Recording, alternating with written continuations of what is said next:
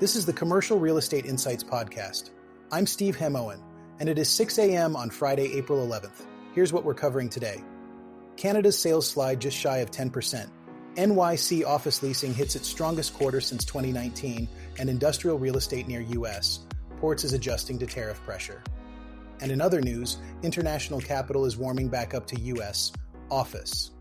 Let's dive in. Starting here in Canada, according to the latest numbers from the Canadian Real Estate Association, home sales fell 9.8% in February, the sharpest drop since the spring of 2022. That's nearly a 1 in 10 decline in just 1 month.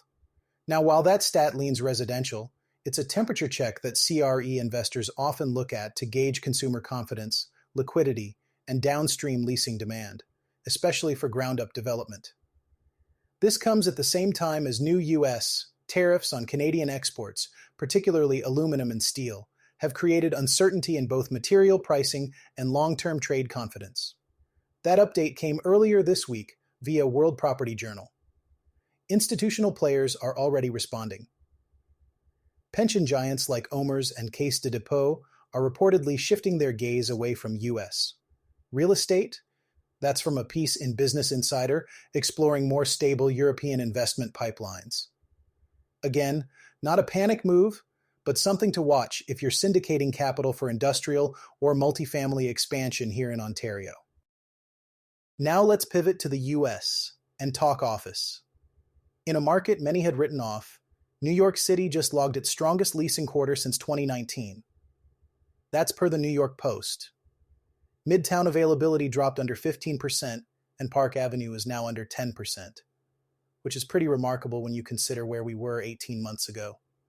A marquee deal worth noting, Goodwin Procter inked a 250,000 square foot lease at 200 Fifth Avenue, right in the Flatiron District.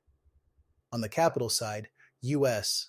office transaction volumes jumped 20% in 2024, reaching $63.6 billion, according to the Wall Street Journal.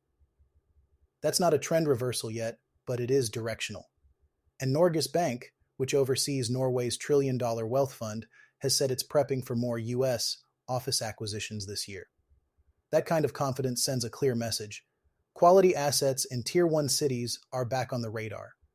If you're holding office in secondary Canadian cities, think Waterloo or Burlington, this is a chance to reassess positioning. The demand story may still favor healthcare or flex conversion plays, but leasing depth is no longer just a big city story. Shifting now to industrial. There's been new movement around tariffs and their impact on coastal industrial space. The Wall Street Journal reported that warehouses near key U.S. ports like Los Angeles and Houston are facing downside pressure after new trade measures were introduced.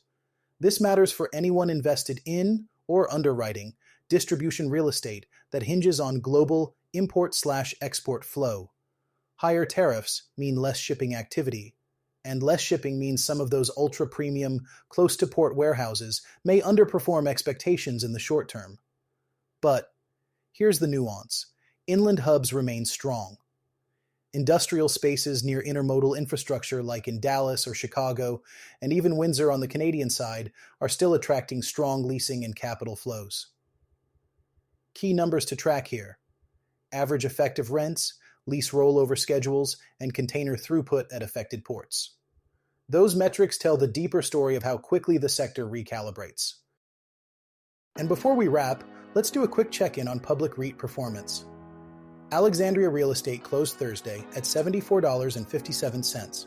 That's a 7.73% daily drop and now 42.7% off its 52-week high. That stat came from MarketWatch. Lendlease and Dexus also finished below their yearly peaks, which tells us the public markets are still working through pricing risk, especially in life sciences and development-heavy sectors. All in all, it's a market looking for signals. The data's mixed, and that's okay. That means it's time for careful underwriting, localized research, and creative capital structuring. That's all for now, but we'll be back tomorrow.